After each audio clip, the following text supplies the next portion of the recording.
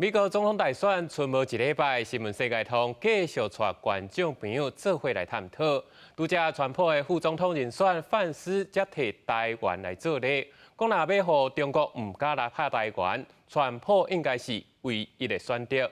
因美国大选候选人的双方看起来即马拢也算是真支持台湾，不过其中的选举也是有小可无同、小可变数。到底台美关系未来选后怎样来变化？新闻世界通今继续请苏美来解剖。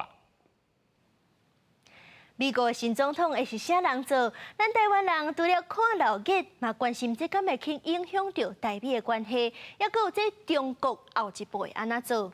若是对两位候选人讲过来分析，顶一日中国伟大军演了后，Trump 就放调讲，若是中国进入台湾，伊就要甲中国扣150%拍进200%的重税。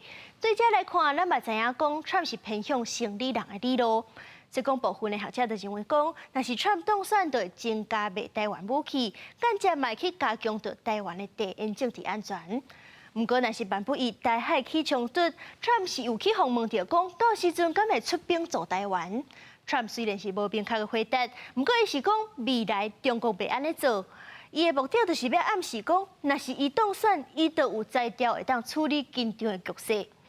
换来看何金丽这边，多数的分析是认为讲，针对台美中的关系，何金丽是会继续行拜登路线，维持一个中国的原则。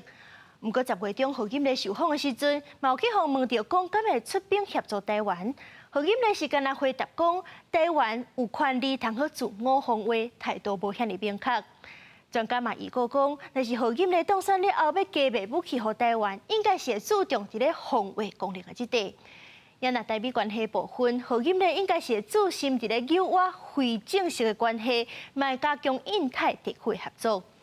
也若是对整体来看，无论是虾米人当选，大概拢是维持对台湾战略含糊、对中国态度重的路线。